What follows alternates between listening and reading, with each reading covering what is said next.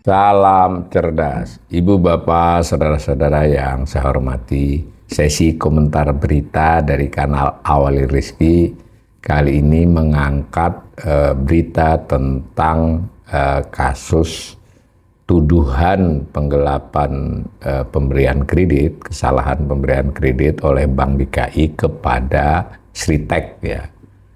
Nah, dalam hal ini ada kasus yang sedang dipersidangkan terkait dengan salah satu direksi Bank DKI kala itu. Tapi ini isi beritanya bersumber dari dua pihak, dari istri terdakwa dan dari penasihat hukumnya. Saya baca ini karena kaitannya erat dengan kondisi perbankan dan prospek perekonomian Indonesia dalam hal industri perbankan di waktu-waktu mendatang ini. Judulnya, tak ada tindak pidana dilakukan Babai dalam kasus penyelewengan kredit Sritek. Nah, ditayangkan oleh inilah.com pada Senin 29 Desember jam 5.30 pagi. Ini gambar ilustrasinya adalah gambar ilustrasi Pak Babai Parit Wasdi, jadi Direktur UMKM dan Syariah Bank DKI pada waktu itu. Nah, beritanya begini, istri mantan Direktur Kredit UMK dan Usaha Syariah PT Bank DKI Babai Parit Wasdi, Siti Yayuningsih, jadi sumber beritanya adalah istri beliau. Suaminya berharap suaminya dibebaskan tanpa syarat dalam perkara pemberian kredit pada PT Sritek tahun 2020 ya. Jadi kasusnya adalah pemberian kredit Sritek tahun 2020. Pasalnya Siti menjelaskan Babai telah mengikuti seluruh prosedur operasional standar atau SOP saat menyetujui pemberian kredit kepada PT Sritek. Harapan saya Pak Babai bisa bebas, kembali ke keluarganya, itu saya dan anak-anak. Karena anak-anak masih membutuhkan kehadirannya. Kami masih punya anak remaja yang membutuhkan figur ayah, ucap Siti kepada inilah.com. Nah, selain itu karena dia sudah melakukan sesuai SOP yang benar, semua SOP sudah diikuti, dia juga tidak ada mens rea, jadi tidak ada niat jahat, justru dia niatnya baik karena waktu itu masa COVID. Ini adalah solusi untuk kondisi kita saat itu dengan diperbanyak APD dan masker yang diproduksi oleh Sritek lanjutnya. Jadi kredit tentu saja ada proposalnya dan ini dikutip oleh Bu Siti ini, istri dari Pak Babai. Kala itu salah satu ininya adalah karena dengan membantu Sritek tahun 2020 itu, Sritek itu banyak memproduksi APD dan masker ya.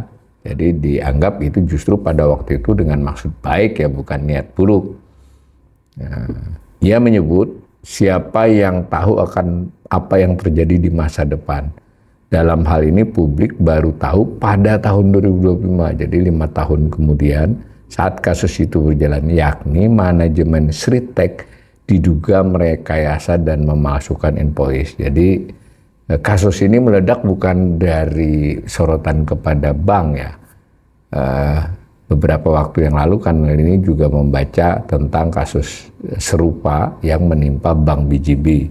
Tapi meledaknya itu lebih karena Sriteknya ketahuan bermasalah. Jadi Sritek bangkrut ya gampangannya gitu, lalu ketahuan ada beberapa posisi utangnya, outstanding utangnya, dan utang itu kepada belasan bank, lebih dari 20 bank bahkan, ke Bank Himbara maupun bank swasta dan ke Bank Pembangunan Daerah BJB dengan Bank DKI. Nah, dari situ lalu ditelusuri oleh kejaksaan, jadi pengembangan dari kasus Sritek itu bahwa di beberapa bank yang dianggap terkait kerugian negara, yang swasta jadi tidak diangkat-angkat, itu pihak bank berkolusi lah, sebut begitu ya, bekerja sama untuk melancarkan kredit, beberapa bagian dari kredit, tidak seluruh kredit ya.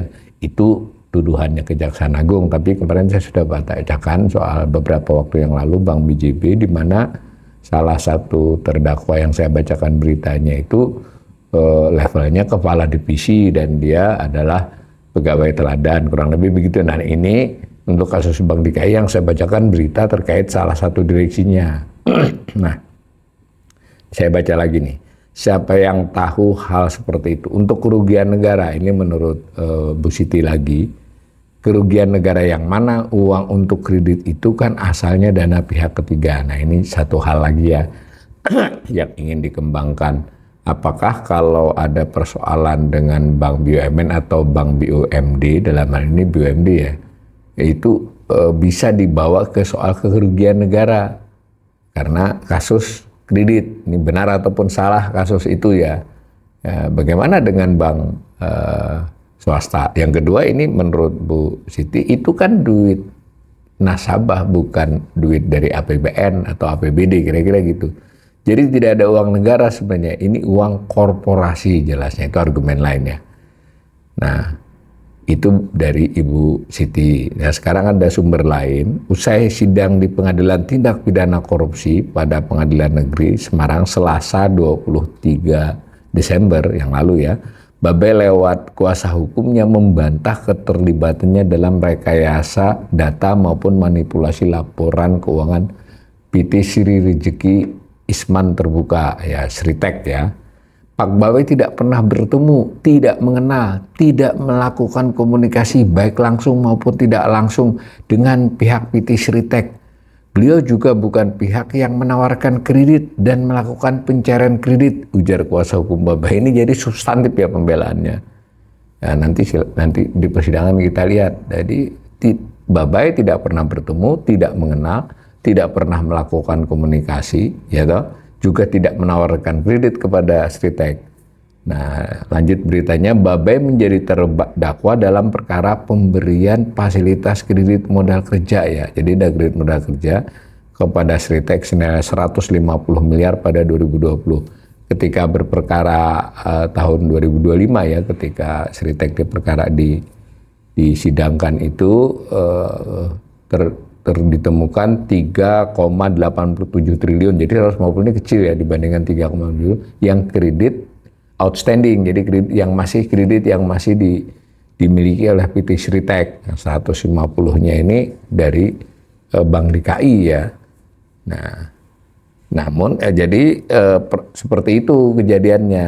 Nah, ini menurut kuasa hukum, pada waktu tahun 2020 Bank DKI itu memberikan kredit, Pak Babay ini sudah mengikuti prosedur. Pada saat itu Babay menjabat sebagai Direktur Kredit UMK dan Usaha Syariah serta menjadi salah satu anggota Komite Kredit kategori A2. Di kategori kreditnya A2 ya. Untuk Komite Kredit A2 terdiri dari 3 pejabat, Direktur Utama, Direktur Teknologi dan Operasional, serta Babay. Seluruh keputusan akhir diambil secara kolektif berdasarkan analisis teknis yang disusun unit kerja. Jadi nggak hanya bertiga, ada yang grup, termasuk grup kredit menengah dan grup risiko kredit. Analisa tersebut dituangkan dalam memorandum bisnis kredit MBK dan memorandum analisa kredit, nah, MBK dan MAK. Mungkin nanti ada beberapa waktu ke depan saya akan, ini yang kali kedua ya membacakan hal seperti ini, karena kanal ini berulang kali mengatakan bahwa kredit perbankan ini sedang melandai, kemudian juga ada beberapa kinerja yang baik dari bank, tapi belakangan banyak kinerja yang buruk, sehingga secara makro ya, maka kasus-kasus seperti ini kita perlu angkat supaya kita bisa memahami dinamika perbankan itu seperti apa sebenarnya. Nah, pada waktu disetujui 150 itu sebetulnya masih di bawah kebutuhan Sritek yang 351 miliar. Dalam surat dakwaan, laporan keuangan yang kemudian dikaitkan dengan rekayasa, jadi tuduhan jaksa ada rekayasa. Rekayasanya berarti kan dari PT Sritek, tapi berarti dianggap pihak bank ini, ada pihak bank, dalam hal ini 3 orang kalau untuk kasus BJB, 3 orang untuk kasus Bank DKI, salah satunya Pak Babay ini dianggap ikut berkolusi dalam memuluskan itu. Nah, tim hukum Babay jelas tidak ada uraian itu yang terbukti. Dalam dakwaan tidak ditemukan uraian. Nah, ini penting lagi, tidak ada tuduhan jaksa pun belum ada keuntungan pribadi yang diterima Babai dari fasilitas kredit tersebut, kata kuasa hukum. Jadi nggak dapat kickback lah dia. Nah, saya komentari terkait saya sebagai ekonom. Jadi beberapa kasus persidangan tentang korupsi ini kemudian menjadi cukup bias ya. Jadi di satu sisi kita memang butuh bagaimana penegakan tipikor tindak pidana korupsi, jadi kita pengen betul-betul ada koruptor-koruptor yang ditindak. Tetapi dalam berbagai kasus tipikor tindak pidana korupsi, antara lain kasus-kasus seperti ini yang meragukan ya, bukan soal Pak Babai atau yang lainnya korupsi atau tidak, tapi konstruk kasusnya itu, apalagi terkait Sritek ini salah satunya, itu cukup meragukan. Jadi yang melakukan itu Sritek, lalu di antara kasus Sritek itu ada utang dia kepada pihak bank. Nah, di antara pihak bank itu dituduhlah ada yang bekerja sama memberikan kredit tanpa memenuhi prosedur. Jadi Sriteknya ini dulu yang menurut saya harus narasi ke masyarakatnya cukup luas. Karena dalam beberapa berita sebelumnya saya sudah membaca juga pada tahun 2020 Sritek itu untungnya. Jadi memang apakah Pak Babai ini tahu bahwa itu laporan direkayasa gitu. Lalu apakah dia dapat kickback semacam itu. Tetapi dampaknya kepada publik ini kan asal ada berita tipikor, bukan semua publik ya, netizen, wah maling kok ngaku dan sebagainya. Saya tidak ingin juga mengatakan bahwa beberapa kasus tipikor itu memang dikriminalisasi, beneran itu kasus tipikor. Tapi kita kan sudah mendapatkan kasus seperti yang Pak Tom, kemudian Bu Ira, karena mereka tokoh, kasusnya besar, banyak sorotan, lalu itu pun tetap divonis salah oleh pengadilan. Jadi ini juga kita lihat ininya, hanya karena ada pengampunan kan lain, tetap sebagai case dia jadi bermasalah. Jadi seolah-olah aparat penegak hukum tidak prosedurnya tidak benar dan tidak substantif untuk mengemukakan tindak korupsi. Nah, kalau level kemarin pegawai Bank BJB, ini pegawai direksi Bank DKI, tanda petik untuk menjadi viral dan menjadi tekanan publik kan lebih sulit. Kemungkinan besar ya biasa saja berjalannya.